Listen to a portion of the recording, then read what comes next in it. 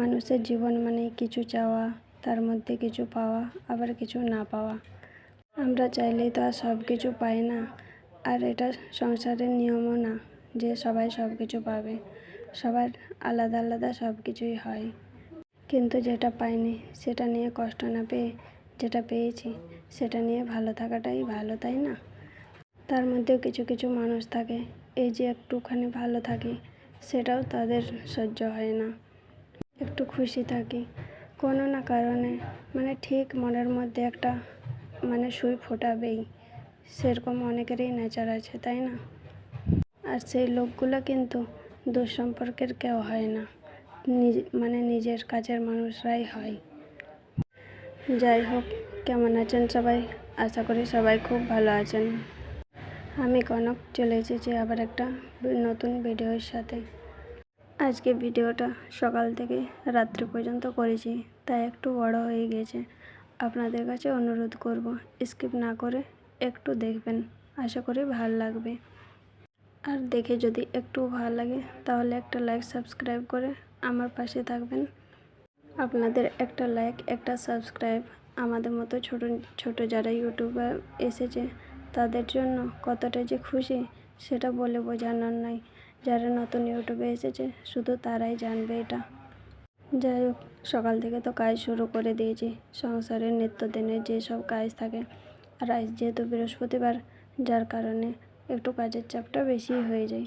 বেশি বলতে কি, এক্সট্রা কাজ বলতে ওই যে ঘর পোছা তো ডেলি লাগাই, কিন্তু ওই সিঁড়ি টিড়ি থাকে তো, যার কারণে একটু বেশি হয়।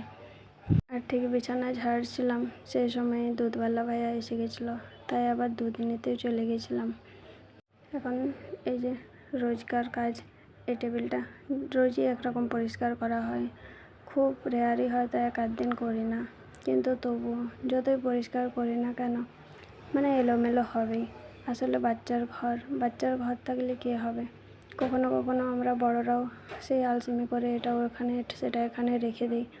আমার এটা হয়, পুরো দিন কাজ করার পর এরকম একটু একটু কাজ করার পর সন্ধ্যের পর না প্রচণ্ড মাথা ধরে যায়, আর কিছু ভালো লাগে না, যার কারণে সব একদম। আর সেই টাইমটা মেয়ে খেলা করে, তখন আবার সব এলোমেলো হয়ে যায়। আর আগে তো রাত্রেবেলা ভয়েস দিতাম, তাই মাঝে মধ্যে একটু ওই যে কুকুরের আওয়াজ আসতো, কিন্তু এখন রাত্রেবেলা আর ভয়েস দেওয়া ভয়েস ওভার করাই যাচ্ছে না, যার কারণে দুপুরবেলা করছি। আর এই দুপুরবেলা ভয়েস ওভার করা সেই চারদিকের আওয়াজ যেন আমার কাছেই আসে। আর ঠিক ভয়েস ওভার শুরু করব, তখনই যেন সব গাড়ি আসবে, সব এরকম কাবাড়ওয়ালা, এই সবজিওয়ালা সব যেন একসঙ্গেই দৌড়ে দৌড়ে আসবে, এরকম হয়ে যায়।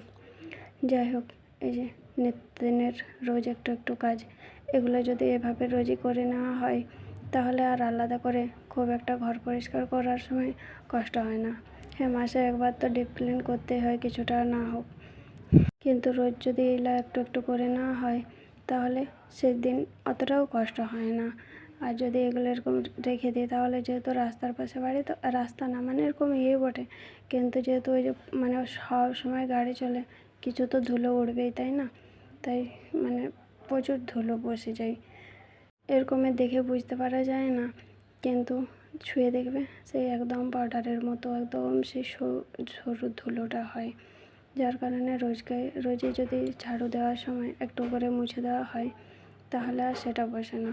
কিন্তু এখন যেহেতু মাঝখানে এক আধ দিন আমি ঝাড়ু দিই না, মা দিয়ে দিই, তাই সেদিন হয়তো ছেড়েই দিই, আমি তখন আর মুছি না। তো এগুলো যদি নিত্যদিনের কাজের মধ্যে রেখে দিই তাহলে করতেও কষ্ট লাগে না, আর দেখতেও ঠিকই লাগে। আর আমার তো ছোটো ঘর, খুব একটা বড় নেই আর সামান্য নেই, তাই কোনো অসুবিধা হয় না, রোজ একটু একটু করে নিই। যাদের অনেক বড় ঘর, অনেক সামান, তাদের ক্ষেত্রে হয়তো রোজ রোজ সম্ভব হয় না, কিন্তু বলবো রোজ না হলেও যদি আজ হয়তো এই রুমটা করলাম, কাল এই রুমটা করলাম, এভাবে রোজ যদি এক একটা রুম করা হয় তাহলে আর ধুলোবালি বসবে না। আমরা যখন ছোট ছিলাম, আমার বাবা কী করতে জানেন তো, আমার বাপের বাড়ি এমনি বড় অনেকটা, গ্রামের মধ্যে, কিন্তু ওই যে বাইরে গ্রিল টেরিল লাগা ছিল, শনিবার রবিবার যেহেতু বাবার ছুটি থাকতো, আমাদের সব বাচ্চাদেরকে প্রত্যেক শনি রবিবার ওই গ্রিলগুলো মুছে করাতো। কিছুটা শনিবারে করাতো, আবার কিছুটা রবিবারে করাতো। কিন্তু ওই বাইরের গ্যারেজগুলোই হতো। ঘরের মধ্যে কে কার করে দেবে, সবার নিজের নিজের রুম নিজের নিজের মতো করা। তাই সেগুলো তখন ছোট ছিলাম, মাসে হয়তো 1-2 বার করতাম। আর ছোটোতে তো কাজ করতে ইচ্ছাও করে না, তাই না? আর মা যেহেতু সংসারের কাজে বাইরের কাজে সবসময় থাকতো, ঘর খুব একটা গোছানোর সময় পেত না। আর আমরা যেহেতু বাজারে মানে ঘরের মধ্যে থাকি, তাই অতটা কাজের চাপও হয় না। এই নিজের ঘরটুকুটা পরিষ্কার করা আর এই বাজার ঘাট, নিজের বাচ্চাকে দেখা। কিন্তু গ্রামের বোধে তো মানে এইটুকু নিয়ে চলে না, ঘরে বাইরে সমানভাবে কাজ করতে হয়, তাই না? তারপরে তো ঘর ঝাড়ু মোছা করে স্নান করে পুজো সেরে নিয়েছি। বৃহস্পতিবারের পুজো একটু তো লেট হবেই। তারপর এই যে আজকে পুদিনা পাতা একটু মানে ছাদ থেকে নিয়ে এসেছিলাম, সেটা চাটনি বানাবো আর আলু পোস্ত বানাবো। তার জন্য পোস্ত ভিজিয়ে রেখে দিয়ে গেছিলাম। আর এই একটু ভয়েস ওভার দিতে কতবার যে বন্ধ করতে হচ্ছে, মানে বলার কিছু নেই। সে বলছি না, যখনই ভয়েস ওভার শুরু করবো যেন সব সবজিপালাগুলো একসঙ্গে চলে আসবে একের পর এক। আর এই রাত্রেবেলা না করতে পারার কারণে কী যে অসুবিধায় পড়েছি না 1 মাস ধরে, মানে আপনাদের বলে বোঝানোর না। এদিকে কুকারে ভাত বসিয়ে দিলাম আর এদিকে পুদিনা পাতাটা বেটে নিয়েছিলাম। এখন টমেটো দিয়ে চাটনি করে নেব।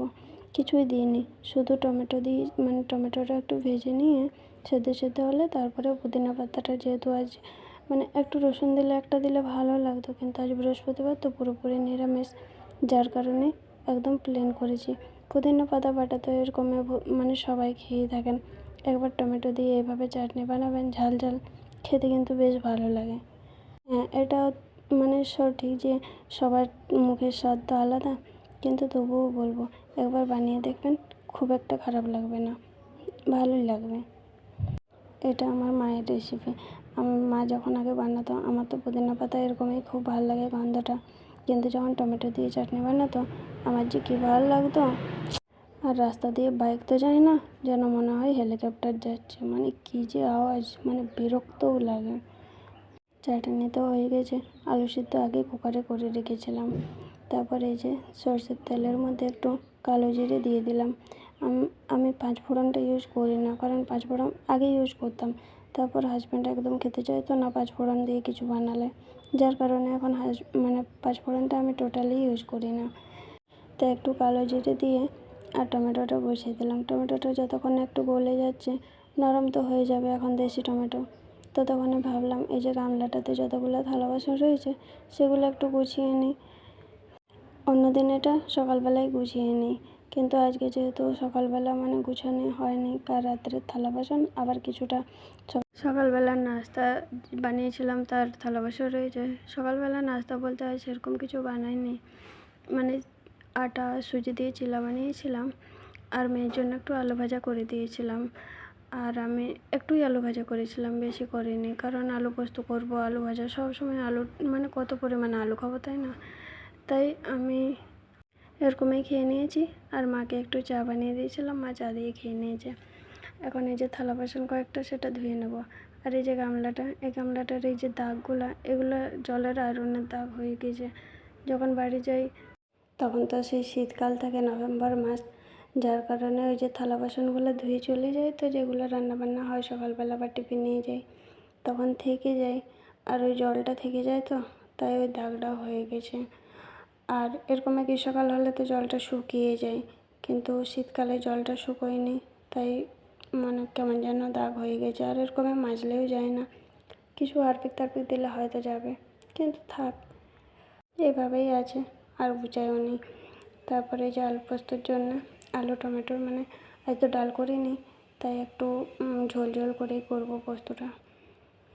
আর এরকম সেদ্ধ করে পোস্ত করলে খেতেও ভালো লাগে। আর যদি ভেজে নিয়ে করি শুকনো শুকনো, তখন আবার ডাল না হলে হয় না। তাই এভাবে টমেটো দিয়ে আর এরকম আলুটা একটু খাটা খাটা করে দিয়েছি, আর হয়ে গেছে। পোস্ত দেওয়ার পর বেশিক্ষণ ফোটাই না, তারপর গ্যাস বন্ধ করে দিয়ে ঢাকা দিয়ে দিয়েছি। গরম গরম থাকলে আবার অনেকটা টেনে যাবে, তাই। আর এদিকে ভাতও হয়ে গেছে, এখন ভাতের ফ্যান গড়িয়ে নেবো। প্রেসার কুকারে কম ভাত হলে ঠিকই হয়, কিন্তু বেশি ভাত হলে একটু অসুবিধা হয়ে যায়, মানে এই যে ফ্যানটা গড়ানোর সময়। রান্না তো হয়ে গেছে, এখন এই গ্যাসের প্লেটগুলো ধুয়ে নেব।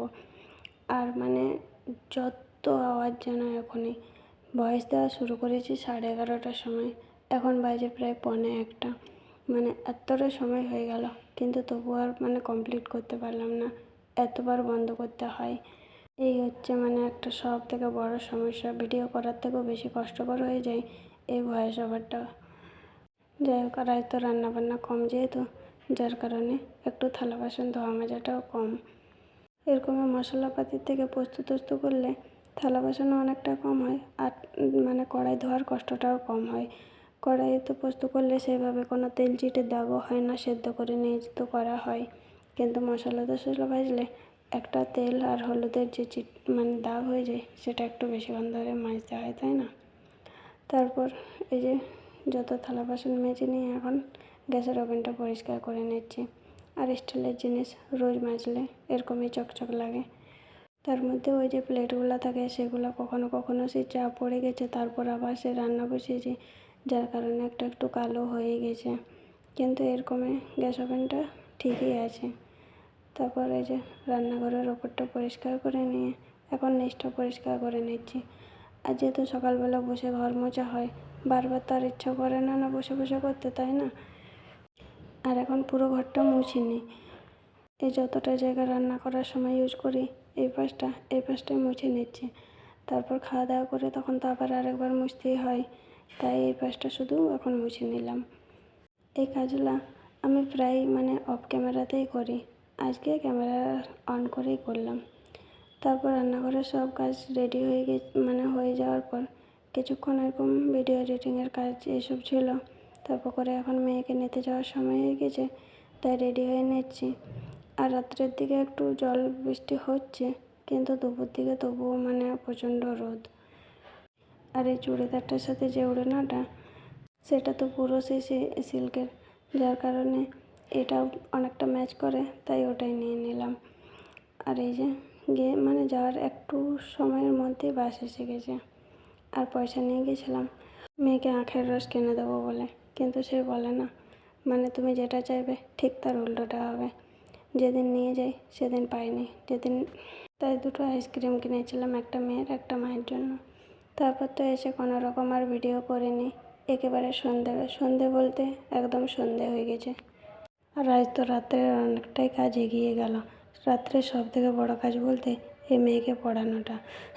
কিন্তু মেয়ে যেহেতু দুপুরে ঘুমায়নি, তাই আজকে সন্ধ্যাতেই সব কাজ করিয়ে নিয়েছি। আর তারপর আমি ফ্রেশ হয়ে নিয়েছি, চিরুন টিরুন দিয়ে ঝাড়ু টাড়ু দেওয়ার পর এখন মেয়েকেও একটু চিরুন দিয়ে দিচ্ছি।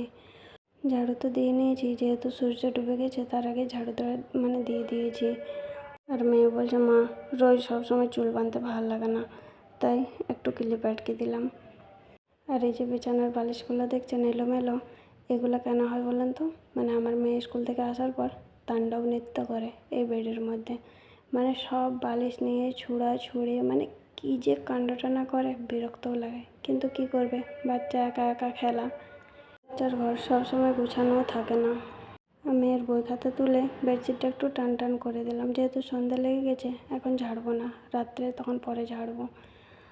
আর রাত্রে রান্না তখন করব না, এখন একটু বিকেলের জন্য কিছু খাবার বানাবো। ভুট্টা ছিল, এই ভুট্টা বানাবো। আর ভুট্টাতে একটা পোকা ছিল, পোকা দেখে এমন চিৎকার করেছি যে মা মেয়ে ছুটে এসেছে। এই পোকাগুলো, পাতার যে সবুজ সবুজ পোকাগুলো হয়, এগুলো আমার এত পরিমাণে ভয় লাগে, সে কিছু বলার না। হ্যাঁ, এটা অনেকে ন্যাকামি বলবে, কিন্তু ন্যাকামি না, এই পোকাগুলো আমার খুবই ভয় লাগে। এরকম আমার আরশোলা খুব একটা ভয় লাগে না, কিন্তু এই যে সবুজ সবুজ পাতার পোকাগুলো হয়, সেগুলো যে কী পরিমাণে ভয় লাগে, কিছু বলার নেই। আর আজ যেহেতু বৃহস্পতিবার পোড়াবো না, যার কারণে আজকে সেদ্ধ করব। সেদ্ধ করে নিয়ে একটু চাটের মতো করব, যে মশলা, চাট মশলা, তারপরে বাটার নেবো, এসব দিয়ে একটু চাট মতো করব আজকে। আর এটা যেহেতু সুইট কর্ন, তো এরকম নুন দিয়ে সিদ্ধ করলেও খেতে বেশ ভালো হয়। আর এই যে এবারে টোস্ট নিয়ে এসেছি। আমার মেয়ে তো বিস্কুট একদম পছন্দ করে না, কিন্তু এই টোস্টটাও খুব পছন্দ করে। ওপরে তো অতটা হাত যায় না, তাই বললো যে একটা আমাকে দাও, কিন্তু যখন আমি থাকি না, তখন আবার চেয়ার নিয়ে ওপরে উঠে তখন পেড়ে নেই। আর এই ফ্রিজ থেকে দুধ বের করে রেখে দিলাম, তাহলে একটু নর্মাল হবে, তারপর গরম করব। নয়তো আবার সে একদম পুরো ঠান্ডা দুধটা তখন গরম করতে হয়, তাই আগের থেকে একটু বের করে রেখে দিই। ঠিকই সন্ধে টন্ধে দিতে দিতে দুধটাও একটু নর্মাল হয়ে যায়। তারপর একেবারে সন্ধে দেওয়ার পরে আবার রান্নাঘরে এসেছি। কুকারে তো সিটি দিয়ে দিয়েছে, এখনও খুলিনি, খুলে দেখব। তার আগে ভাবলাম আটাটা মেখে নিই, আর একটু বেশি করে মেখে রেখে দিলাম, কারণ সকালবেলাটা খুব তাড়াহুড়া হয় তো, তখন মাখলে খুব একটা ভালো হয় না। তাই রাত্রেবেলায় চেষ্টা করি মেখে রেখে দেওয়ার জন্য। আর এই যে এখনই মেখে রেখে দিলাম, এখন তো রুটি বানাবো না, একেবারে যখন খাবো তখন বানাবো। তার আগে সন্ধ্যের এই যে স্ন্যাক্স একটু ভুট্টা চাট হয়েছে, এটা খেয়ে নেব। তারপর তো আর কোনো ভিডিও করিনি, একেবারে চলে এসেছি রাত্রে রুটি বানাতে। আর এই যে দেখুন রুটিগুলো, প্রত্যেকটা রুটি খুব সুন্দর ফুলবে যদি আটাটা কম করেও 10 থেকে 15 মিনিট মেখে রেখে দেওয়া হয়। আমার সঙ্গে সঙ্গে রুটি আটা অত মোলায়েম করে যতই মাখো না কেন, কিন্তু যদি 10 মিনিট রেখে দেওয়া হয় তাহলে রুটি খুব সুন্দর নরমও হয় আর খুব সুন্দর ফোলে। প্রত্যেকটা রুটি খুব সুন্দর ফুলেছে। রুটি তো বানানো হয়ে গেছে, সবজি তো বানাইনি, আলু পোস্ত চাটনি দুটোই আছে। একটু পোস্ত তো বেশি করেই বানিয়েছিলাম, তাই ওর দিয়েই হয়ে যাবে রাত্রে, আর আলাদা করে সবজি বানাতে লাগবে না। এবার রুটি বানিয়েছি, বানাই বা না বানাই, যেই খাবার বানাই না কেন গ্যাস তো পরিষ্কার করে নিতেই হবে। আর কাজ করে রাখলে সকালবেলাটাও অতটা চাপ হয় না, তাই না? তাই গ্যাসটা এই পাশটা পরিষ্কার করে নিচ্ছি। আজ তাহলে আসি, সবাই ভালো থাকবেন।